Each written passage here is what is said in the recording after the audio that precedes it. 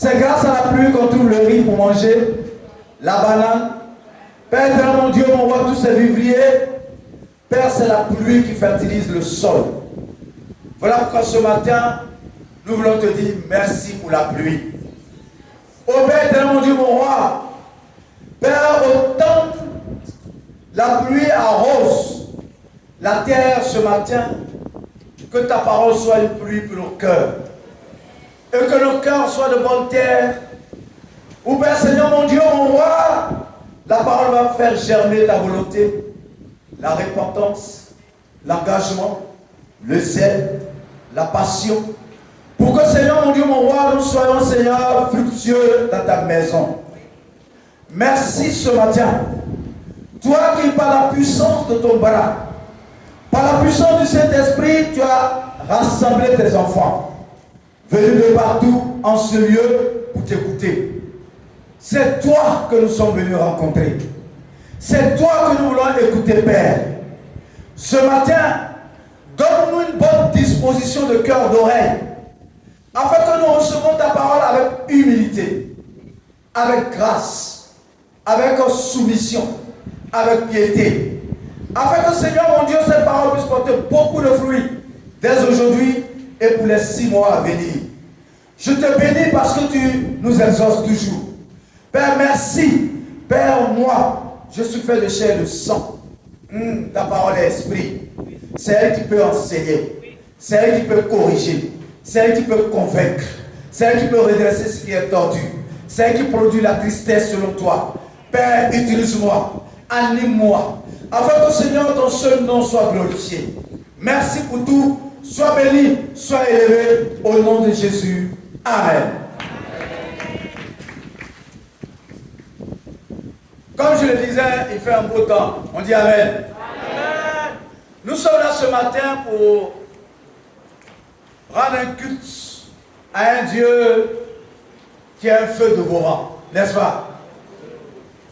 Comme Hébreux 12 le dit, recevant un royaume inébranlable, nous rendons à Dieu un culte, lui qui est agréable, pour montrer notre reconnaissance.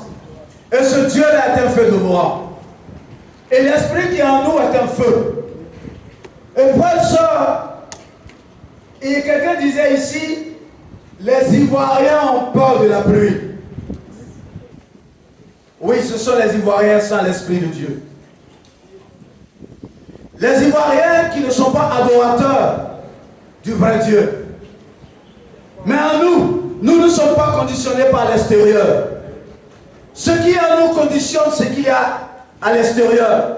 Le feu qui en nous change l'environnement et l'atmosphère. Et ce matin, s'il y a un feu qui est en toi, qui brûle, qui fraîcheur, dégage de la chaleur, alors contamine ton voisin par des acclamations et criant feu, feu, feu, feu, feu, feu, feu, feu, parce qu'il y a le feu ici. La température spirituelle prend le dessus par rapport à la température physique extérieure. De mon vivant, et je suis encore vivant, j'ai vu les personnes braver la pluie. Moi-même, ayant fait le village, j'ai vu ma mère, mes parents braver la pluie pour aller chercher de la nourriture pour les enfants. J'ai vu frères et sœurs, même ici à Abidjan aujourd'hui, de vaillantes femmes sortir sur la pluie à 2 h du matin, à 4 h, être à Gamé. Pensez-vous qu'à Gamé, il n'y a personne? Il y a des hommes et des femmes malgré la pluie. Et ce sont ces vaillantes femmes, frères et sœurs, qui sortent de leur maison, de leur lit, pendant que nous sommes couchés, qui bravent la pluie, prennent le bac pour arriver très tôt à Gamé, à acheter du poisson, de la tiéké, du piment, revenir à la maison, être sous son appartement, préparer du garba, de la tiéké. Et toi, tu sors de ta maison, tu vas acheter, n'oubliant qu'il y a une femme qui a bravé la pluie pour ton ventre. S'il y a des hommes qui peuvent braver la pluie pour des intérêts du ventre. J'ai vu des hommes et des femmes braver la pluie à un moment, à un jour de concours, d'examen, parce qu'ils ne voulaient pas rater. Mais plus que toutes ces choses, frères et sœurs, quand Dieu nous convoque, la sainte convocation de Dieu, nous répondons sans excuse, nous répondons à cela avec zèle, avec détermination, parce que nous sommes un peuple inébranlable. N'est-ce pas que nous sortons de la conférence des missions d'Afrique francophone avec le thème inébranlable? Est-ce que la pluie peut ébranler un disciple? Peut ébranler la foi des disciples? La détermination des disciples?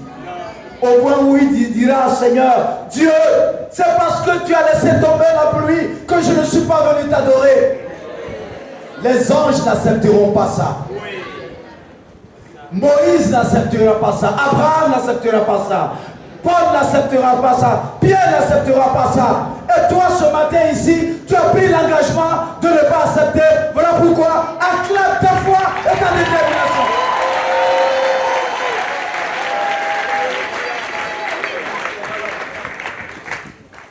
Tous ceux qui, pour des raisons de pluie, sont restés à la maison. Souvenez-vous, quand nous lisons Matthieu 10, le verset 36, le Seigneur disait, si quelqu'un aime son père plus que moi, sa mère plus que moi, sa fille n'est pas digne de moi.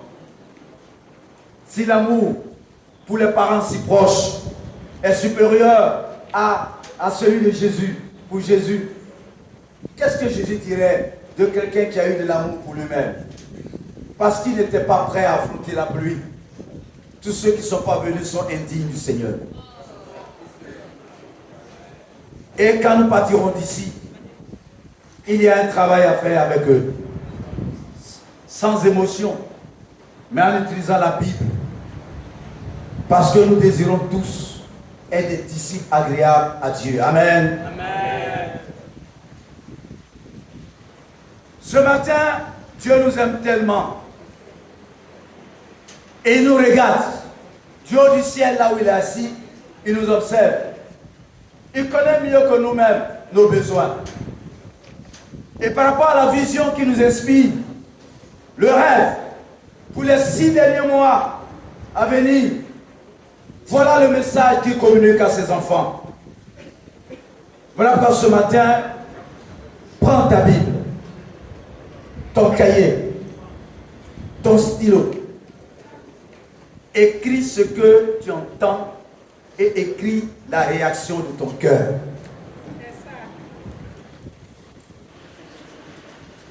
Allons-y en Luc chapitre 13. Nous allons lire du verset 1 au verset 9. Luc chapitre 13, verset 1 au verset 9. Il est écrit: en ce même temps, quelques personnes qui se trouvaient là racontaient à Jésus ce qui était arrivé à des Galiléens dont Pilate avait mêlé le sang avec celui de leur sacrifice. Il leur répondit: croyez-vous que ces Galiléens fussent de plus grands pécheurs que tous les autres Galiléens parce qu'ils ont souffert de la sorte? Non, je vous le dis, mais si vous ne vous repentez, vous périrez tous également. Ou bien, ces 18 personnes sur qui est tombée la tour de Siloé et qu'elle a tué, croyez-vous qu'elles fussent plus coupables que tous les autres habitants de Jérusalem? Non. Je vous le dis. Mais si vous ne vous repentez, vous périrez tous également. Il dit aussi cette parabole. Un homme avait un figuier planté dans sa vigne. Il vint pour y chercher du fruit et il n'en trouva point. Mais il dit au vigneron: voilà 3 ans que je viens chercher du fruit à ce figuier et je n'en trouve point. trouble. Pourquoi occupe-t-il la terre inutilement? Le vigneron lui répondit, Seigneur, laisse-le encore cette année. Je creuserai tout autour, je mettrai du fumier. Peut-être, à l'avenir donnera-t-il du fruit, sinon tu le couperas.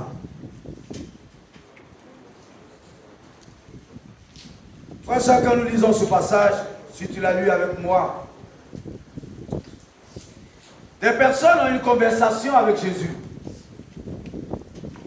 Et pour ceux qui sont venus auprès de Jésus, dans leur compréhension, la mort est réservée aux plus grands pécheurs et ceux qui sont plus coupables que les autres. Mais Jésus va renouveler leur compréhension. Il va renouveler leur intelligence par rapport à cela. Jésus leur dit, ceux à qui ces choses sont arrivées ne sont pas plus pécheurs que les autres. Ceux à qui ces choses sont arrivées ne sont pas plus coupables que ceux à qui cela n'est pas arrivé. Parce que dans leur entendement, certainement, il y avait de grands pécheurs, de petits pécheurs, de grands coupables et de petits coupables, selon leur appréciation du péché. Mais ce matin, nous comprenons que Jésus leur enseigne que le manque de repentance, le refus de se repentir, jouer avec sa repentance, ne pas prendre au sérieux la repentance, négliger la repentance, ce refus ou cette attitude vis-à-vis de la repentance a le même sort que ce qu'on qualifie de grands pécheurs ou de grands coupables. Le refus de repentance conduit à la mort. C'est le sort qui est réservé à ceux qui refusent de changer d'attitude, de se repentir pour vivre la vie de la parole, pour vivre une vie agréable à Dieu. C'est pourquoi, frères et sœurs, nous ne devons pas négliger ce défi qui est dans notre vie de nous repentir, là où nous devons nous repentir. De ne pas tenir tant de raisonnement. Quand on nous appelle, l'Esprit nous appelle à nous repentir dans notre relation avec Dieu, dans certains aspects de notre marche avec Dieu. Si tu refuses de te repentir, tu es sur le chemin de la mort. Et Jésus va plus loin en racontant cette parabole. Parce que nous savons que il y a le péché par commission, mais il y a aussi le péché par omission. En racontant cette parabole, il va parler du péché par omission. Même le péché par omission conduit à la mort. Et parfois, nous d'ici, nous tombons facilement dans le piège du péché par omission. Et nous refusons de nous repentir. Parce que nous prenons en considération le péché par commission. Oui, commettre l'immoralité, le vol, le mensonge, l'adultère, oui. Mais souvenez-vous, Jacques nous précise. En Jacques 1, verset 17, celui qui sait le bien qu'il doit le faire, s'il ne le fait pas, commet un péché. Et le péché par omission peut nous disqualifier autant que le péché par commission. Oui, ceux du monde pratiquent les deux. Ils pratiquent le péché par commission, ils pratiquent le péché par omission, ils ne font pas ce que Dieu dit de faire. Et frères et sœurs, mon Père dans le royaume, est victime du péché par omission. Tu sais ce que tu dois faire. Tu sais ce que Dieu attend de toi. Tu sais ce que Jésus attend de toi. Mais si tu ne le fais pas, tu peux être à l'aise avec ça. et refuser de te repentir. Or, ça a le même sort que le péché de commission. Et en racontant cette histoire de ce figuier, un figuier, l'histoire du figuier qui ne porte pas de fruits, nous voyons que ce figuier qui ne porte pas de fruits est menacé. Vous comprenez qu'il est menacé? C'est un figuier qui est menacé. Il est menacé d'être coupé. Il est menacé d'être jeté au feu. Par qui? Sur l'ordre de son propriétaire. Voilà le sort qui est réservé à ce figuier dans un champ de vigne. Parce que la question que toi et moi nous devons nous poser, c'est quel est le but pour l'homme qui a planté le figuier? Quel était son but? Son but, c'est que le figuier existe pour lui en portant du fruit. Ce figuier doit exister pour son propriétaire, mais il n'existe que pour son propriétaire que s'il porte du fruit. C'est pour ça que le propriétaire le visite tout le temps. Et cela dure 3 ans, le figuier existe pour lui-même. Il occupe la terre pour lui-même, alors qu'il occupe la terre inutilement pour son propriétaire. Frères et sœurs, une chose est d'exister. Une chose est d'exister pour son propriétaire. Et j'aime chez moi, pour ceux qui viennent, j'ai un magnifique manguier qui donne des mangues camerounaises. Et la première année, j'ai observé mon manguier. Il m'a donné que 5 fruits. Je n'étais pas fier de lui. Et lui et moi, on a eu un temps de formation.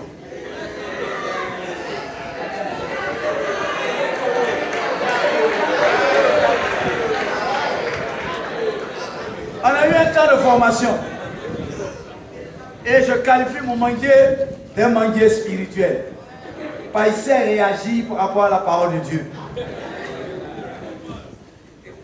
Et cette année, mais je suis étonné, il donne des fruits. Il donne encore.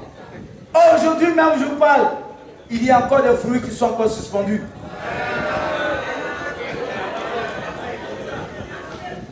Si un manguier sait réagir spirituellement au contact de la parole, en entendant la parole, qu'en est-il d'invisible?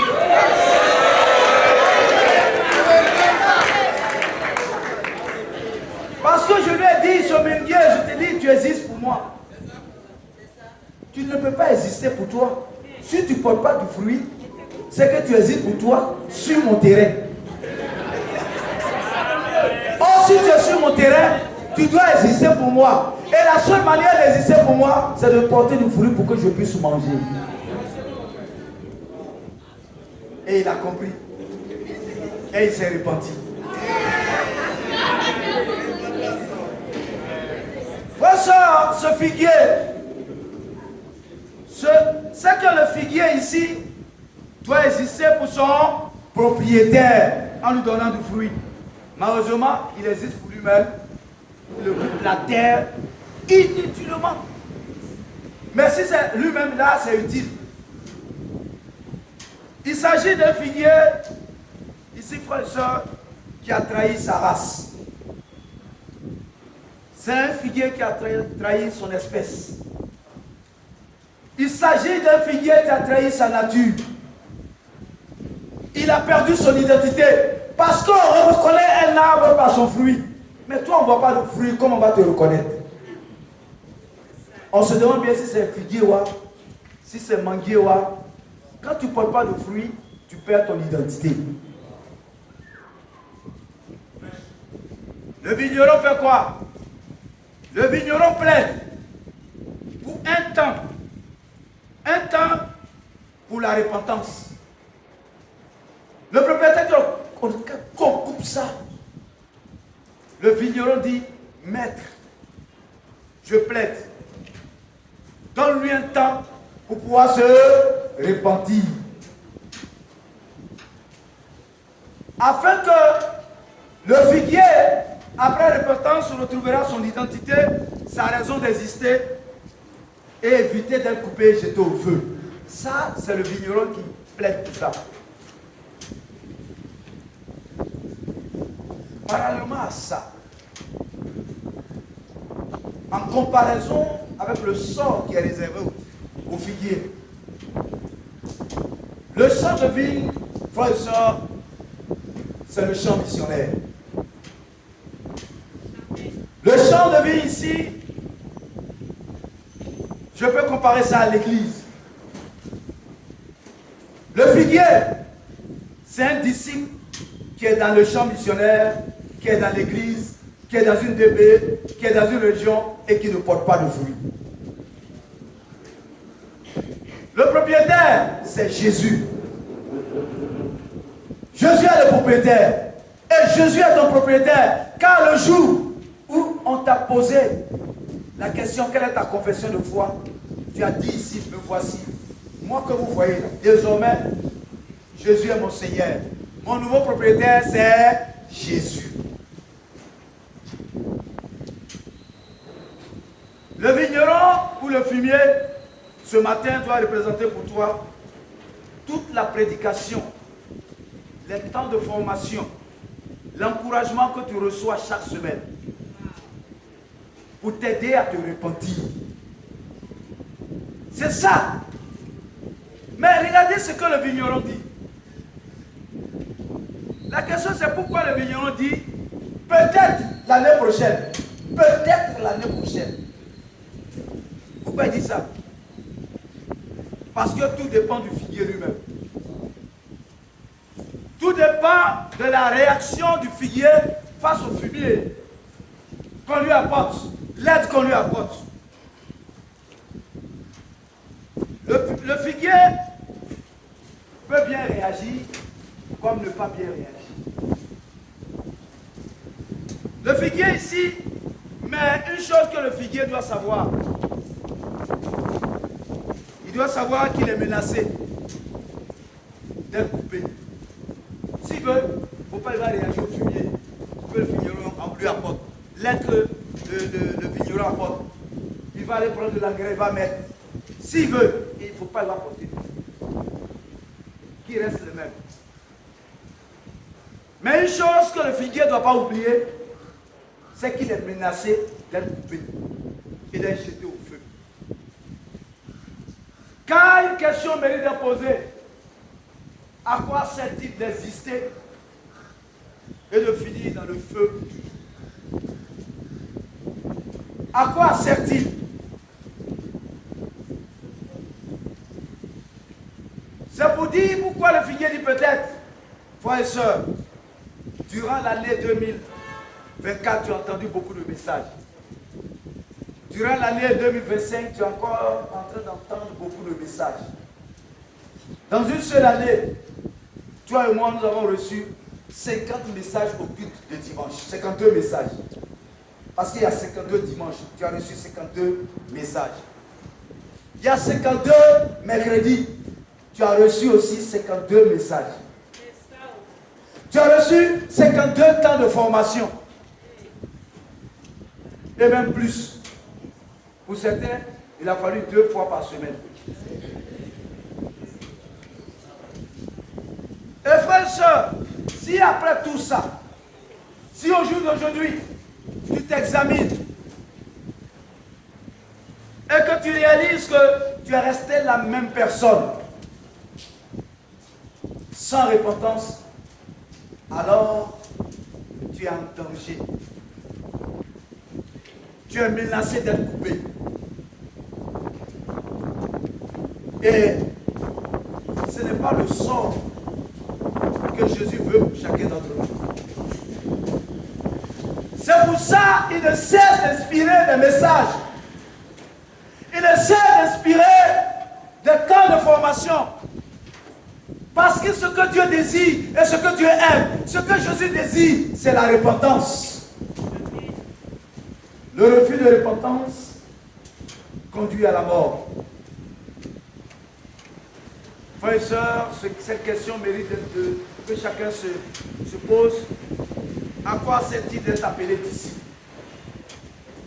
D'avoir existé dans l'église, d'avoir écouté 52 messages, autant de messages, et finir au dernier jour dans le feu éternel.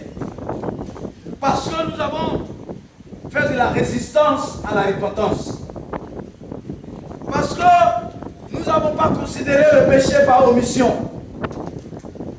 Mais n'oublions pas cette parole de Jacques.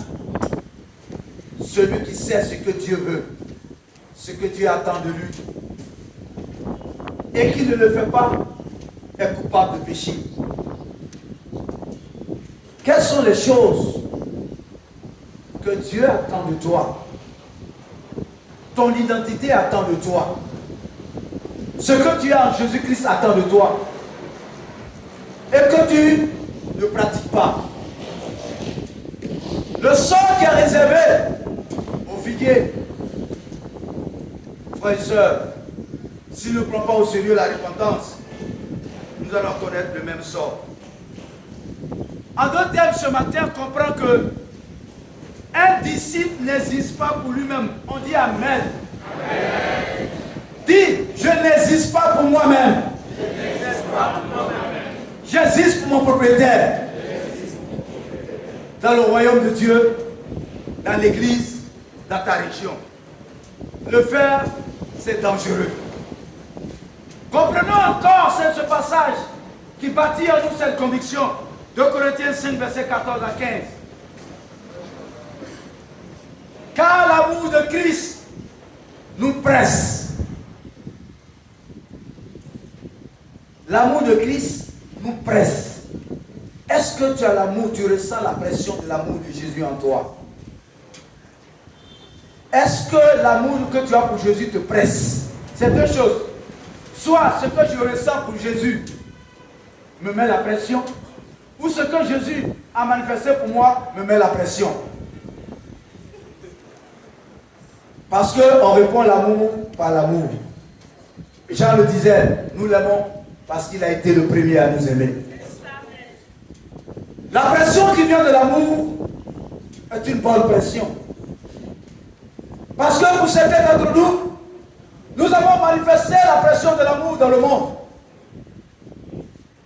Et la pression de l'amour pour les choses du monde, pour une fille dans le monde, ou pour un homme dans le monde, nous a poussé à faire des choses extraordinaires. La pression de l'amour pour une fille dans le monde. Quand j'étais encore dans le monde, pour les choses du monde, maintenant je suis dans le monde, et non pas pour le monde. Aimer une fille dans le monde, cet amour peut te faire endurer le soleil de midi. Tu n'as même pas besoin de parasoleil. Supporter la pluie. Même ce simple désir pousse certains à voler. Ça te met la pression de satisfaire ses exigences. On va voler l'argent de nos pères.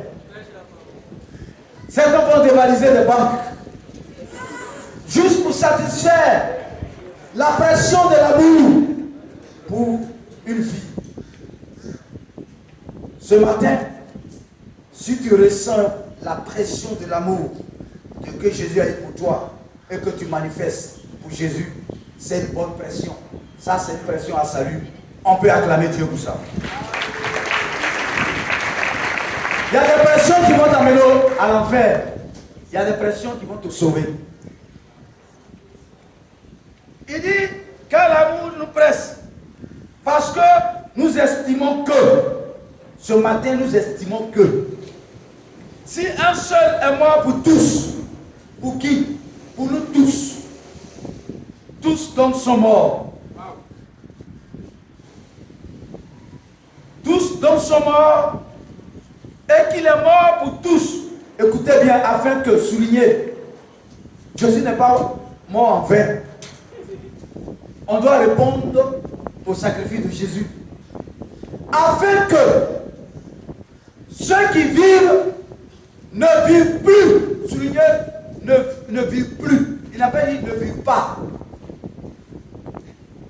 Afin que ceux qui vivent ne vivent plus pour eux-mêmes. Soulignez pour eux-mêmes. Mais pour celui qui est mort et ressuscité pour eux. Quelle vérité! Frères et sœurs, devenant disciples, nous avons répondu à la croix de Jésus. Et la meilleure réponse à la croix de Jésus, c'est se repentir, se faire baptiser et vivre pour Jésus. Frères et sœurs, la meilleure réponse à la croix de Jésus, ce n'est pas l'acquisition de ces choses de ce monde. Jésus n'est pas à la croix pour que nous soyons tous mariés. Jésus n'est pas à la croix pour que nous puissions nous acheter et construire des maisons. Jésus n'est pas là à la croix pour que nous ayons beaucoup d'argent dans nos comptes bancaires. Dites-moi, avant qu'il ne vienne mourir sur la croix, n'y a-t-il pas des gens qui avaient bâti des maisons, qui avaient beaucoup d'argent? On ne répond pas à la croix de Jésus par les choses de ce monde. Frères et sœurs, toi qui nous visites, mon ami, à quelle croix as-tu répondu, toi qui prétends être disciple de Jésus-Christ chrétien? La repentance radicale est une réponse à la croix de Jésus. Chaque fois, frères et sœurs, nos regards doivent être fixés sur la croix de Jésus pour nous donner la force de nous repentir. Parce que c'est de là que vient la tristesse selon Dieu qui produit la repentance.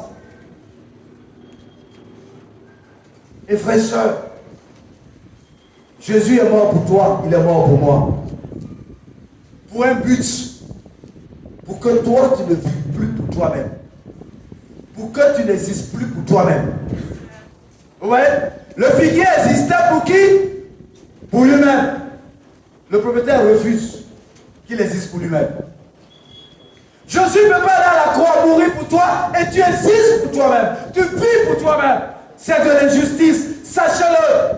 Ni les injustices, ni les injustes n'hériteront le royaume de Dieu. L'injustice, c'est vivre pour soi-même. Quand quelqu'un est mort pour toi, ça s'appelle de l'injustice. Frères et sœurs, Christ est mort pour nous. Il est ressuscité pour qui? Pour moi et pour toi. Ce matin, le Seigneur nous pose la question.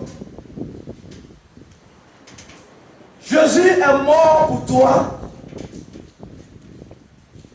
Si Jésus est mort pour toi, dis Amen. Jésus est ressuscité pour toi, dis Amen. Pour qui Jésus a quitté le ciel, le trône, la gloire qu'il avait au ciel, pour venir sur cette terre des hommes, prendre la forme humaine, aller à la croix mourir pour nous pécher, c'est pour qui? Frères et sœurs, le Seigneur a tout quitté pour venir sur la terre, pour changer ta nature. On dit Amen. Amen. Pour changer ton identité, tu dis Amen. Amen. Pour changer ta destinée, tu dis Amen. Amen. Pour changer ton adresse, tu dis Amen. Amen. Pour changer ta raison de vivre, afin de te donner un nouveau but. Ce nouveau but, c'est de nourrir de la volonté de Dieu. Christ mérite-t-il que tu vives pour lui? Est-ce que le Seigneur mérite que toi et moi nous vivions pour lui? Oui.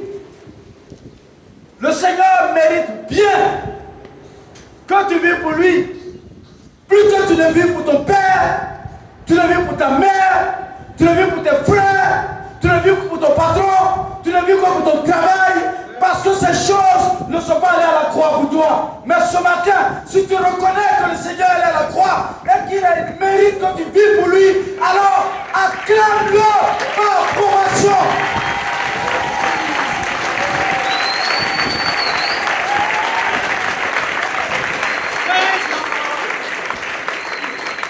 Si oui, que le Seigneur mérite qu'on vive pour lui, alors tu viens le fait que tu existes pour toi-même. Alors d'où vient le fait que tu existes pour toi-même, tu vis pour toi-même dans le royaume et dans l'église. Pourquoi es-tu devenu un spectateur dans l'église, dans ta région et dans ta TV? Pourquoi es-tu devenu un spectateur? Parce que le spectateur ne vit que pour lui-même. Il existe pour lui-même. Frère, soeur, pourquoi vis-tu une vie de contre-nature en faisant beaucoup d'excuses pour ne pas faire ce que Dieu attend de toi de la moisson? Ce matin, le Saint-Esprit nous invite, chacun, tous, mais chacun, à une seule et même chose, et que tu dois écrire. À quoi le Saint-Esprit t'invite? À quoi le Saint-Esprit m'invite? À quoi le Saint-Esprit invite chaque disciple dans l'église? Une seule et une même chose. Le Saint-Esprit nous invite tous à devenir des ouvriers dans la moisson. Écris. Tous ouvriers dans la moisson. Tous missionnaires dans ce monde. Tous adorateurs spirituels. Et surtout, écrivez ça en rouge. Plus de spectateurs dans l'église. Écrivez ça en rouge. Plus de spectateurs dans l'église. Le Saint-Esprit invite chaque disciple où que tu te trouves. Combien d'années tu as dans la foi? Il dit ce matin que tous, nous devons être engagés à être des ouvriers de la moisson. Tous, nous devons être engagés à devenir des missionnaires dans ce monde.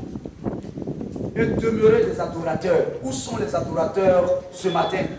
Après une pluie qui s'est arrêtée, pour exposer et mettre à nu les faiblesses des uns et des autres. Plus de spectateurs dans l'église. Voilà pourquoi Dieu, en 3 points, l'Esprit en 3 points te dit ce matin, à travers le thème de tous ouvriers, missionnaires, adorateurs, plus de spectateurs. Écris ça en rouge. C'est le thème de ce matin. Tous ouvriers, tous missionnaires, tous ouvriers, missionnaires, adorateurs, plus de spectateurs.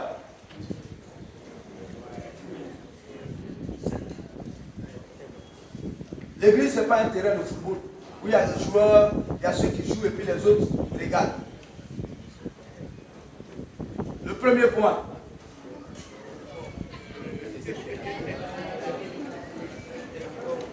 Chaque disciple est un ouvrier dans la moisson. C'est très simple. Chaque ouvrier est un... Chaque disciple. Je dis bien chaque disciple. Je n'ai pas dit certains disciples. Je n'ai pas dit quelques disciples. Je dis, quand on dit chaque disciple, ça veut dire tous les disciples. Chaque disciple est un ouvrier dans la moisson. On dit Amen. Matthieu 9, verset 35 à 38. Un passage que nous connaissons. Matthieu 9. Chaque disciple est un ouvrier dans la... Chaque disciple est un ouvrier dans la... Peut-être que comme ça c'est un titre. Il faut dire je suis un ouvrier dans la moisson. Je suis un ouvrier dans la moisson. Là ça t'engage. C'est réel. C'est pas ça? Mais je n'ai pas entendu ça beaucoup. Je suis un ouvrier dans la moisson. Je suis un ouvrier De ce côté, les autres, ici.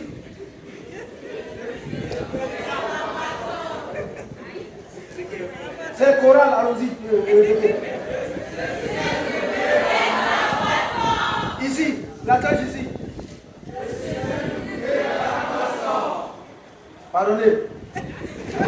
Dites ça, vous dites ça avec tiédeur. Je suis un soldat du Seigneur. Je suis. Allons-y. Répétez. Ça fait trembler Satan. Répétez. Ici. Ici. Terminé en puissance.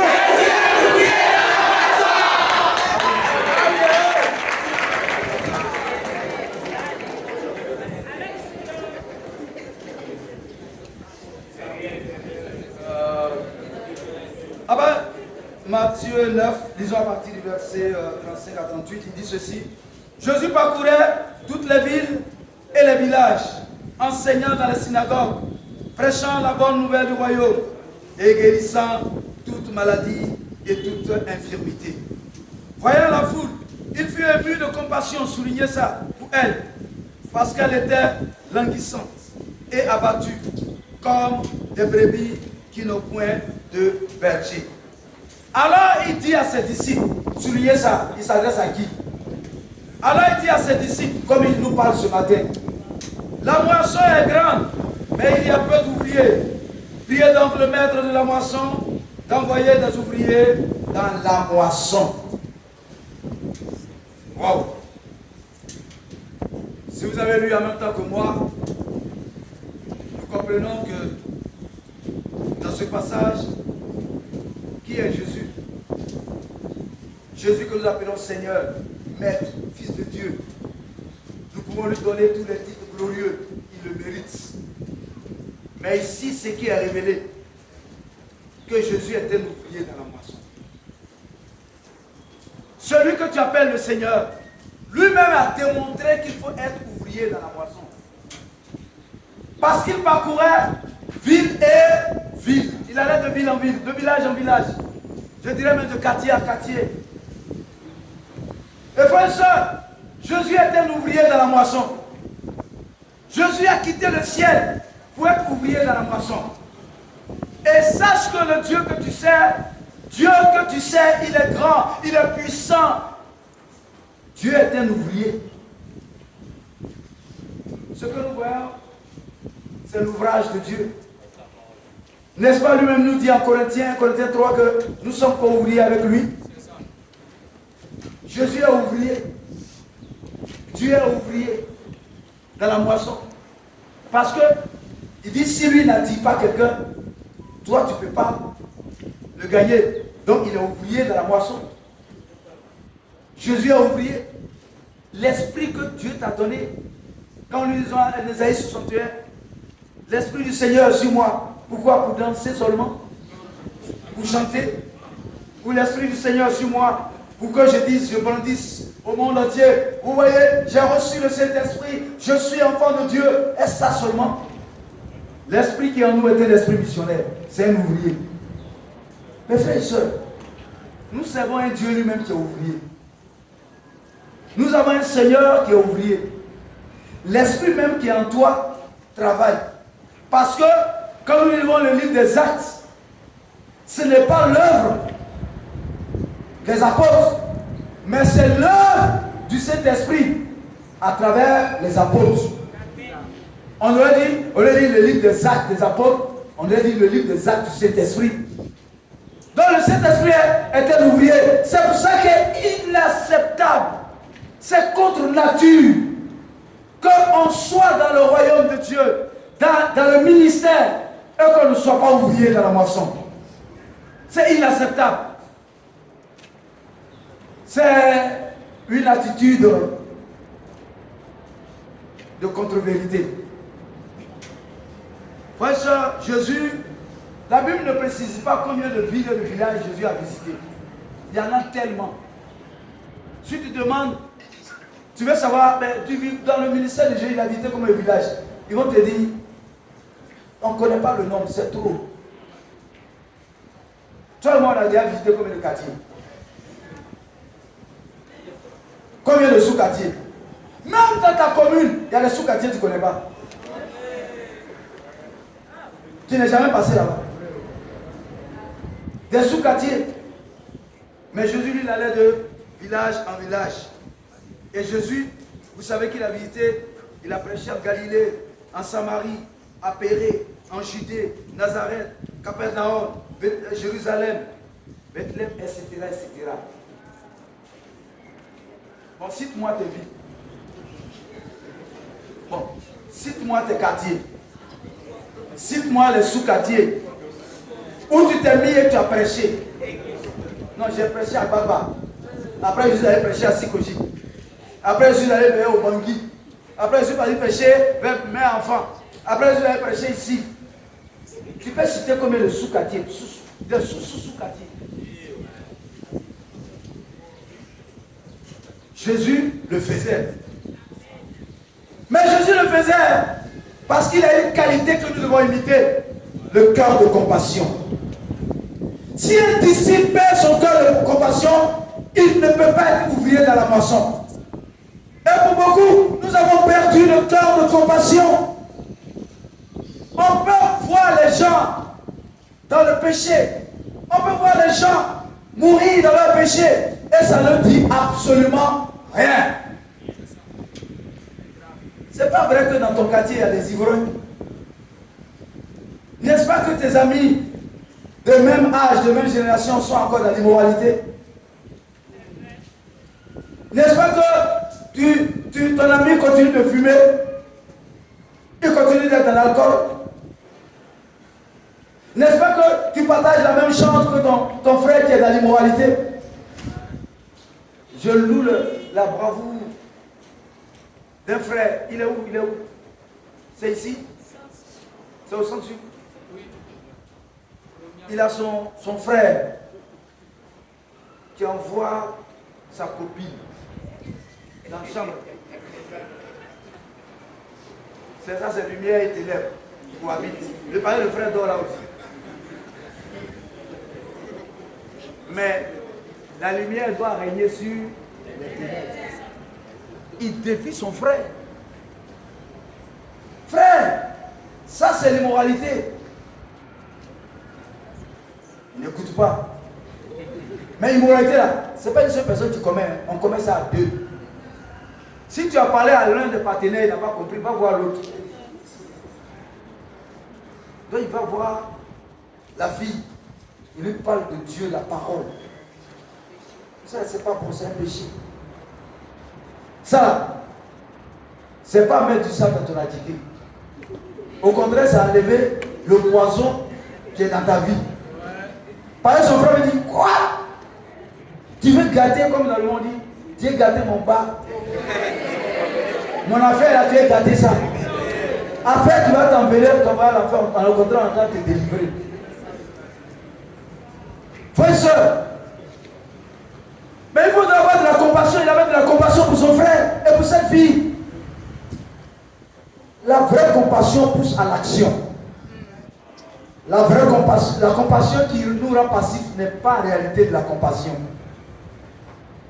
Ce n'est rien. Oh, la fausse compassion est descriptive. Mais les gens du monde là même vont mourir.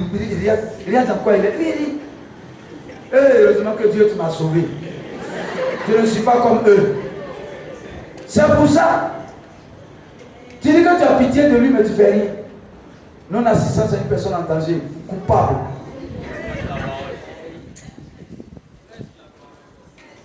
La perte du cœur de compassion fait de toi un spectateur. Les spectateurs, qu'est-ce qu'ils ont perdu? C'est le cœur de compassion pour ceux qui ont besoin d'être sauvés. Tu dis non, moi je vais les sauver. Où est la manifestation de ta compassion? Le mot spectateur vient du latin spectator, qui signifie observateur. Observateur. Christ a-t-il dit de le suivre pour observer les autres. Si moi je ferais de toi un observateur, c'est quel verset de la Bible? Si moi je ferais de toi un spectateur, c'est quel verset de la Bible?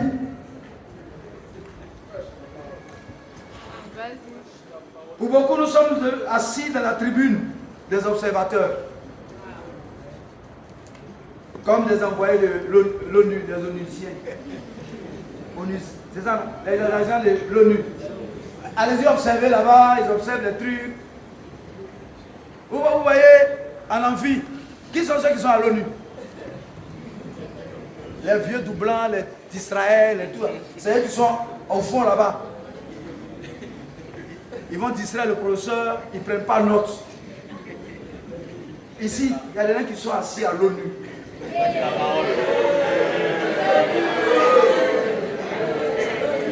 À l'ONU, ils sont devenus des observateurs.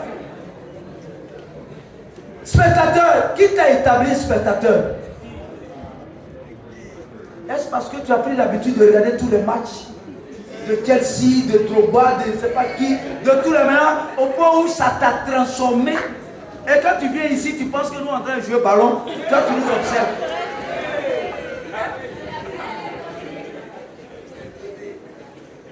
Mentalité de spectateur. Est-ce qu'un spectateur, tu participes au match? Mais tu es enthousiasmé quand l'équipe gagne. C'est ça. Quand on va envoyer des gens ici pour porter du fruit. On a marqué un but. Tu as joué aussi. Pourquoi toi tu ne joues pas aussi pour marquer les buts? Frère, plus de spectateurs. Toi qui es dirigeant de DB, refuse d'avoir des spectateurs dans ta DB. Et pour les 6 derniers mois, le Saint-Esprit nous appelle à ça. Amen. Un spectateur regarde, il observe. Il ne réagit même pas. Jésus s'adresse à qui dans ce passage? Quand il a fait l'observation, il a fait le constat des lieux, l'état des lieux. Il s'adresse à qui? Il s'adresse à la foule ou il s'adresse à ses disciples? Dans ce passage, on dit, il dit aux disciples, il y a peu d'ouvriers. Mais quoi? Peu d'ouvriers, mais la moisson est grande. Peu d'ouvriers. Mais vous voyez pourquoi il s'est adressé aux disciples? Parce que disciple égale à ouvrier. Il s'adresse à eux et dit, pourquoi il parle d'affaires d'ouvriers aux disciples? Parce que ce sont les disciples qui doivent être les ouvriers. Mais cette notion de peu d'ouvriers, on peut la comprendre de deux manières. La deuxième va nous concerner.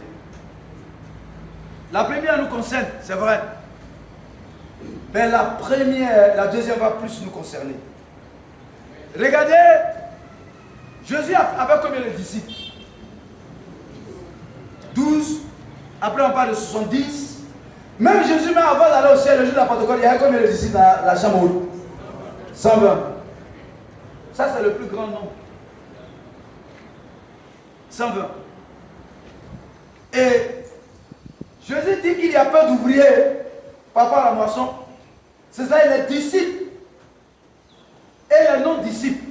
Les disciples et ceux à qui on doit prêcher. Quand on compare les 120, les 70 et les 12 au reste de la population qui n'est pas encore disciple, vous comprenez que représente, par exemple, à Jérusalem, Jérusalem seul comptait 800 000 habitants au temps de Jésus.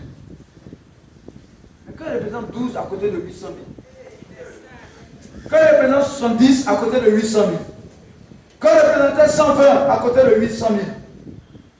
Quand Jésus fait cette comparaison, il dit, il y a peu d'ouvriers et la moisson est grande.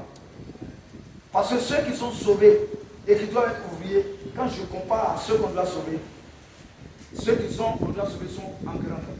Il y a peu d'ouvriers. Mais aujourd'hui, frères et sœurs, il ne s'agit pas d'une comparaison. des disciples, des sauvés et des non sauvés. Il s'agit ici de faire le constat au milieu de ceux qui sont sauvés, au milieu des disciples eux-mêmes. Et le constat que Jésus fait est que parmi les disciples eux-mêmes, quand ils nous regardent, je ne parle pas des 12, des 70, aujourd'hui quand ils nous regardent, ils constatent qu'il y a peu d'ouvriers parmi ceux qui sont supposés être des ouvriers. Peu d'ouvriers aujourd'hui ne regardent pas parce qu'on sait ça, on récite ça. Dans ma soeur écran, il y a peu d'ouvriers. Parfois tu dis ça sans que toi-même tu sois ouvrier. Donc quand tu disais il y a peu d'ouvriers, c'est qui doit être ouvrier à ta place? Le Seigneur regarde son troupeau, ce gars, et parmi eux, il dit encore il y a peu d'ouvriers. Parce que c'est donc décidé d'être des spectateurs. Jésus fait ce constat avec. Est-ce que tu réalises ça, toi-même? Quand Jésus te regarde, quand il te regarde, toi qui es dans la maison de son Père, qu'est-ce qu'il dit de toi? Es-tu un spectateur ou un ouvrier dans la moisson? Malheureusement, le fausse doctrine est en train de s'installer dans nos cœurs, dans nos débats, dans nos régions. On commence à accepter ça. Et cette proportion de spectateurs commence à grandir. Pourtant, on a un but glorieux, se multiplier dans les 6 mois à venir. Il y a les engagés dans la moisson et puis il y a les désengagés. Frères et sœurs, un spectateur dans la moisson, c'est une fausse doctrine. Oui, tu peux être ici en train de prêcher. Non, oui, tel témoin de Jéhovah, c'est une fausse doctrine. Comment on appelle? Parce que j'ai été témoin de Jéhovah. Telle chose, c'est une fausse doctrine. Telle pratique religieuse est une fausse doctrine. Mais tu es ici, toi-même tu pratiques aussi la fausse doctrine en étant spectateur de la moisson. Qui t'a enseigné ça? Tu as appris ça de qui? D'où vient que Jésus t'appelle et tu es là, tu observes? Être spectateur d'une fausse doctrine. Être spectateur dans l'église, c'est ça, c'est la culture du diable. C'est de l'idolâtrie. Parce que ceux qui refusent d'être ouvriers sont devenus idolâtres. Parce qu'ils adorent autre chose, plus que la moisson. Ils ne trouvent plus le temps pour la moisson, mais ils trouvent le temps pour leur travail, idolâtrie. Ils trouvent le temps pour leurs intérêts. Leurs intérêts personnels sont devenus des idoles. Parce qu'ils vivent pour eux-mêmes. Vivre pour soi-même est une idolâtrie. C'est que tu deviens ici. Frères et sœurs, c'est la culture religieuse qui prône la foi émotionnelle. C'est la culture religieuse qui se réduit à la foi de la bénédiction. La foi spectaculaire, on aime ça. La foi qui parle, qui a bénédiction, ça on veut ça. Mais la foi qui moissonne, allez ça pour vous.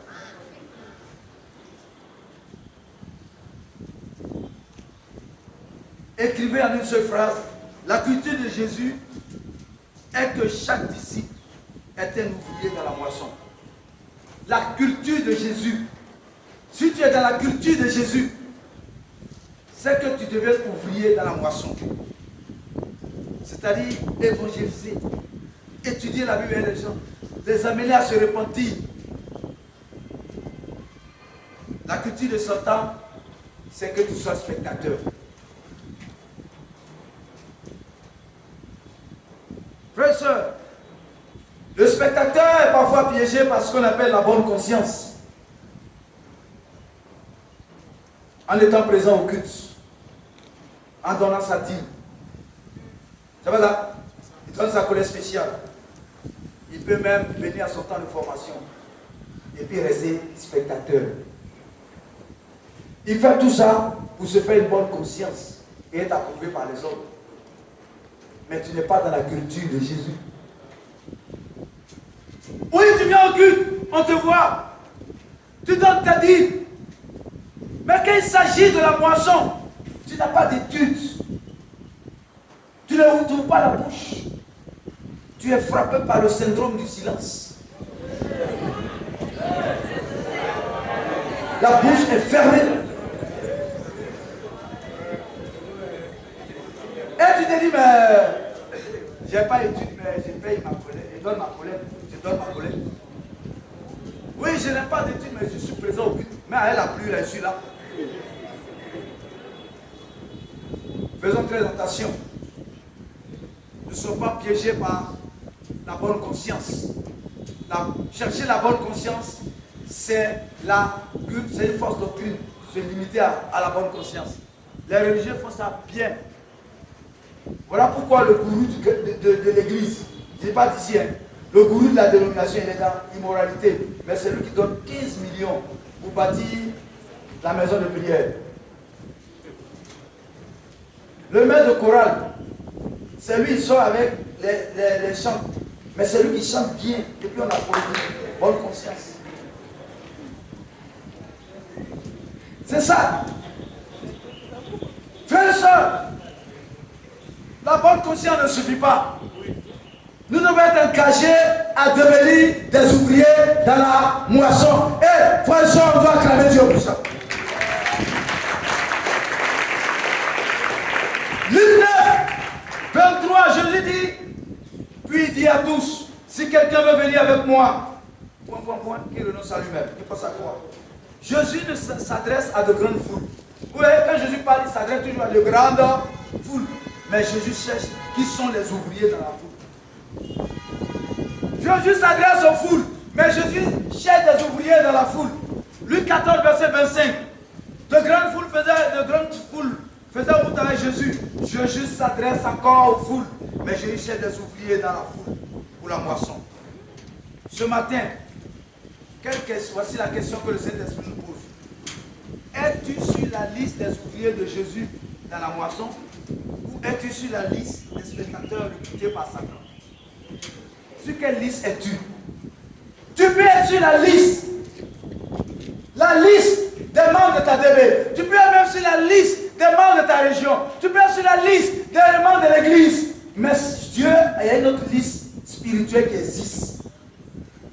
Jésus a la liste des ouvriers dans la moisson et Satan a la liste des spectateurs dans la moisson. Frères et sœurs, sur quelle liste peux-tu être? Si longtemps tu étais sur la liste des spectateurs, change de liste. Dis Satan, efface mon nom à côté de lui. Ce n'est pas ma place. Ce n'est pas toi qui es mort sur la croix et Dame ne va jamais faire ça pour toi. Je quitte ta liste et je vais sur la liste de Jésus. Amen. Parce que à Marc 1, verset 17, je dis suivez-moi. Quand je dis suivez-moi et je ferai de vous des spectateurs, c'est ce qui est écrit. Suivez-moi et je ferai de vous des observateurs, c'est ce qui est dit. Suivez-moi et je ferai de vous des désengagés, c'est ce qui est écrit. Suivez-moi et je ferai de vous des ouvriers, des pêcheurs d'hommes. Un disciple est un ouvrier, c'est un pêcheur d'hommes.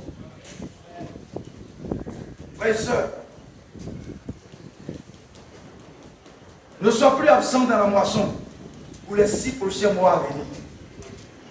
Chaque disciple doit avoir établi 3 nouvelles études cette semaine. On dit Amen. C'est une façon de t'inscrire de nouveau sur la liste de Jésus. Je m'inscrirai sur la liste de Jésus en faisant 3 nouvelles études cette semaine. Répétez.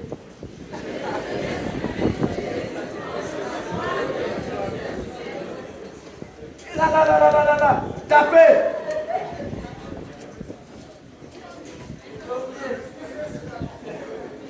C'est taper ce qu'il va répéter.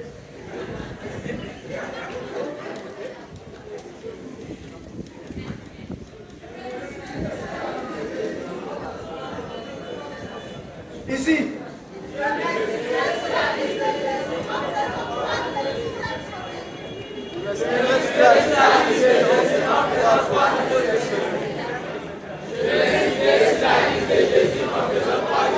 Il est formidable, acclamez-vous.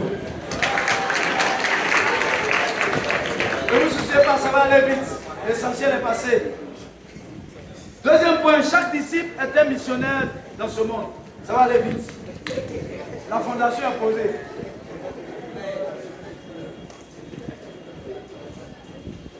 Chaque disciple est missionnaire dans ce monde. Jean 17, verset 18. Jésus dit ceci: comme tu m'as envoyé dans le monde, je les ai aussi envoyés dans le monde. Vous savez ce que signifie le mot missionnaire en latin? Missio, signifiant envoi. Donc Jésus, en disant ça à son père, en train de dire, un missionnaire est un envoyé. Jésus est en train de dire, Père, tu as fait de moi un missionnaire dans ce monde. Moi aussi, je fais d'eux des missionnaires dans ce monde. Chaque disciple de Jésus est en mission pour le Christ. On dit Amen. Ne pensons pas que ce sont ceux qui sont à Casa qui sont en mission. À Tana, au Bénin, à Lomé, Bujumbura. C'est eux qui disent, hey, les missionnaires. Et ils sont en mission. Donc toi, tu es en quoi? Si eux sont en mission, toi, tu es en quoi? Tu es en démission. Ah, si tu n'es pas en mission, c'est que tu es en démission. Frères et sœurs, nous connaissons la mission de l'église. Nous sommes dans une église missionnaire qui fait des disciples.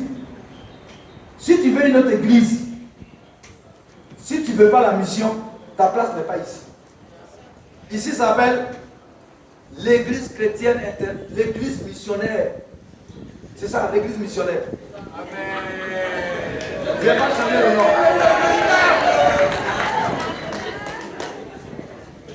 Nous sommes une église missionnaire. Maintenant, si tu es, comme on peut être dans une église missionnaire, puis on n'est pas missionnaire. Ouais, c'est pas possible. Ouais. La mission de l'église, on connaît. Tout se passe à Matthieu 28, 18 à 20. L'église n'est pas là pour bâtir des bâtiments. Ce n'est pas pour bâtir des palais. C'est pour bâtir le royaume de Dieu. Donc ici, on est bien installé même. Voici les bâtisseurs des nations. Ici, vous êtes tous des bâtisseurs. Jésus a fait de vous des bâtisseurs. Et toi-même, la Bible t'a bâti, t'a construit. En toi, il y a tout. En toi, il y a la prière. En toi, il y a la lecture biblique. En toi, il y a le jeûne. En toi, il y a quoi encore? L'enseignement. Dis-moi, il y a meilleur temple que ton corps. Même ce qu'on a bâti à Gamé là-bas, que ce soit en marbre, c'est destiné à qui? On fait quoi dedans? Qui sont ceux qui y vont? Mais ceux qui viennent ici, tout cet espace, c'est pour nous. Pour dire que nous sommes libres en Jésus-Christ. Le vent qui souffle sur nous est comme le vent du Saint-Esprit. Pour nous encourager, nous fortifier, nous respirons la liberté en Christ. Parce que nous sommes là pour gagner les nations. Telle est notre destinée. Amen. Frères et sœurs, l'église est dans le monde, mais l'église ne doit pas être comme le monde. Tu es dans le monde, mais tu ne dois pas être comme le monde. L'église est dans le monde, l'église est en mission pour le monde. Nous sommes en mission. Et nous sommes tous en mission. Amen. Jean 15, 16. Bonne nouvelle. Si tu es ici, tu es un choisi par Jésus. On dit Amen.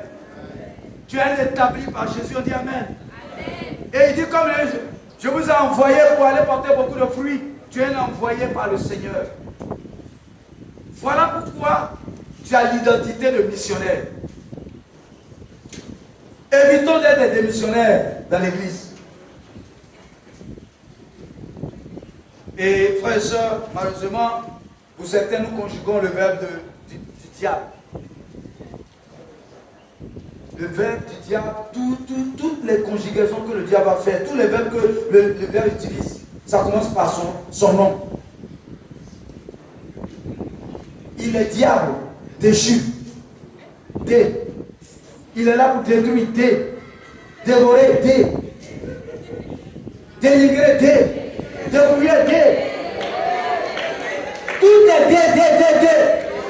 Et il veut te faire démissionner de ton appel, ta vocation. N'accepte pas le dé du diable. Ne joue pas le dé du diable. Comme tu joues, comme on appelle Ludo, il y a le dé du diable. Si le son missionnaire ne joue pas le dé du diable, ça s'appelle dé de la démission. Frère, refuse ça. Nous devons jouer la carte de Jésus. 1 Pierre 2, 11 dit, bien-aimés, je vous exhorte comme étrangers et voyageurs sur la terre, à vous abstenir de convoitises charnelles qui font la guerre à votre âme. De quelle nationalité es-tu? Ivoirien qui a peur de pluie, ou le céleste qui brave la pluie pour venir adorer son Dieu?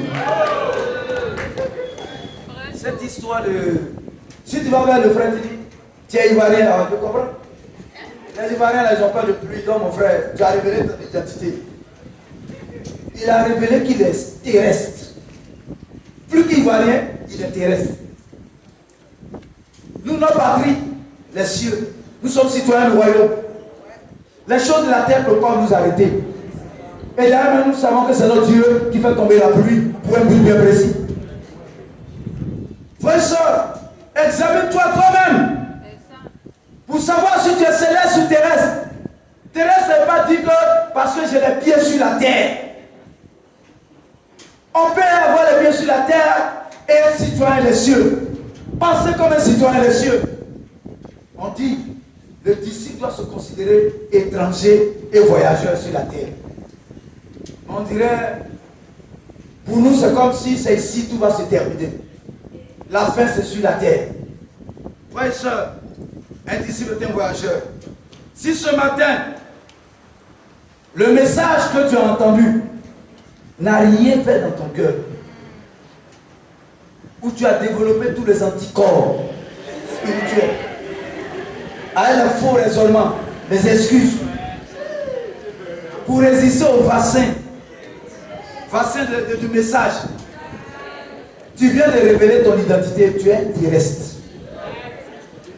Parce que les célestes savent écouter la voix du céleste. Ils savent réagir à la parole de Dieu. Et ils prennent la résolution de se repentir. C'est pour ça, quand nous entendons plusieurs messages que nous ne réagissons pas, faites très attention. Mais quand tu entends les choses du monde, là tu réagis. Oui, si tu le suis, on dit, pendant que nous sommes en train de faire le culte, Chelsea est en train de jouer, et on dit, Chelsea a marqué un but. Il y a des gens qui ont sauté de vos chaises ici, tu n'as même pas te maîtriser.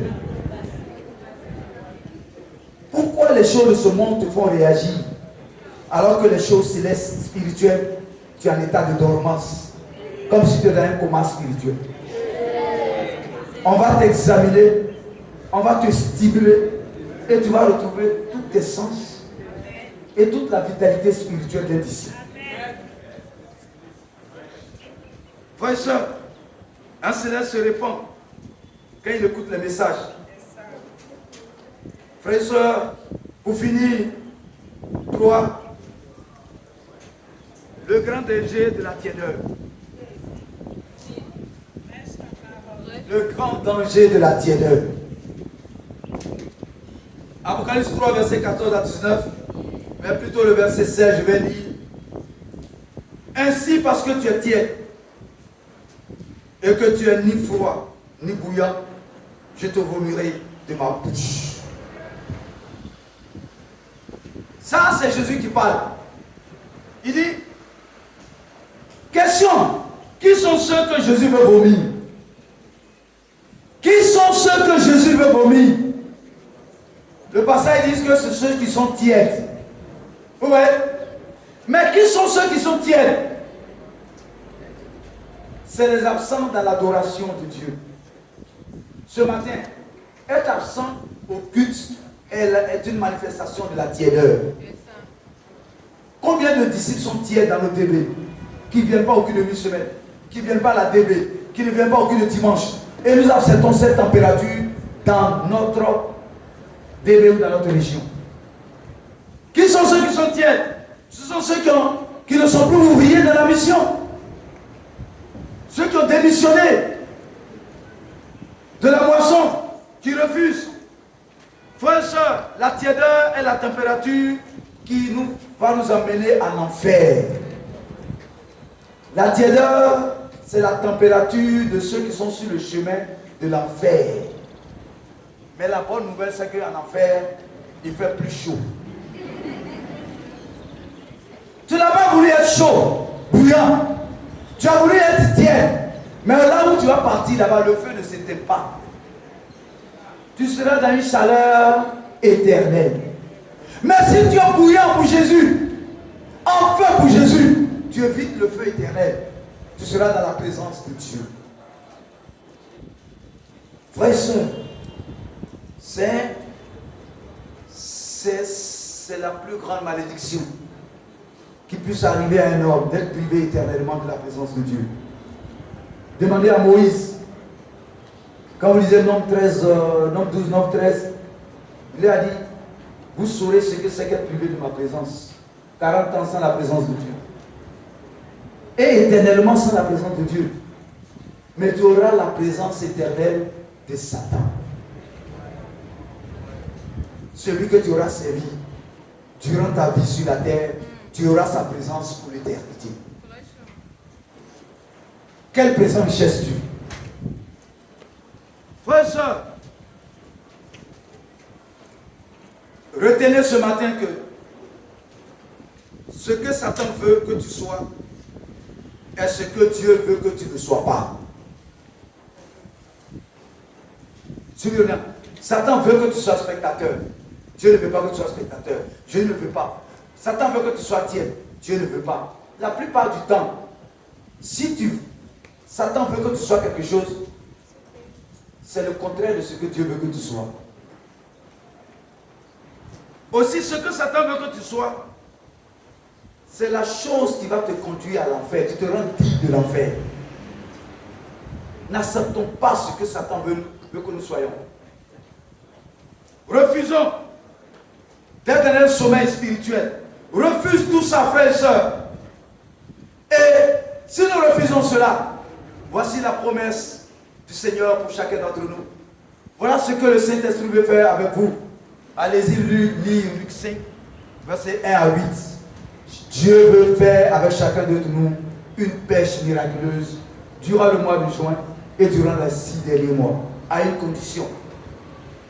Sur la parole de Jésus, sur ce que Jésus, l'Esprit vient d'enseigner, si tu mets en pratique toutes ces choses, oublie ton passé, où tu n'as pas été ouvrier, tu n'as pas porté beaucoup de fruits. Oublie là où tu as démissionné, parce qu'il y a une pêche miraculeuse qui t'est destinée ce mois-ci et les 6 derniers mois. Allons-y, frères et sœurs. Allons-y. Soyons des ouvriers, pas des spectateurs. Soyons des missionnaires, non pas des démissionnaires. Soyons de vrais adorateurs qui ont assisté à toutes les réunions. Si nous agissons ainsi, alors nous allons aller de gloire en gloire. Parce que la pêche, la moisson à venir est telle que, frères et sœurs, nous allons sauter de joie. Allons-y. À chacun son fruit, dans un esprit d'engagement. À chacun son fruit, dans un esprit d'équipe. À chacun son fruit, dans un esprit d'entraide, avec l'aide du Saint-Esprit, de Jésus et de Dieu. Nous ferons des exploits et qu'à Dieu soit toute la gloire.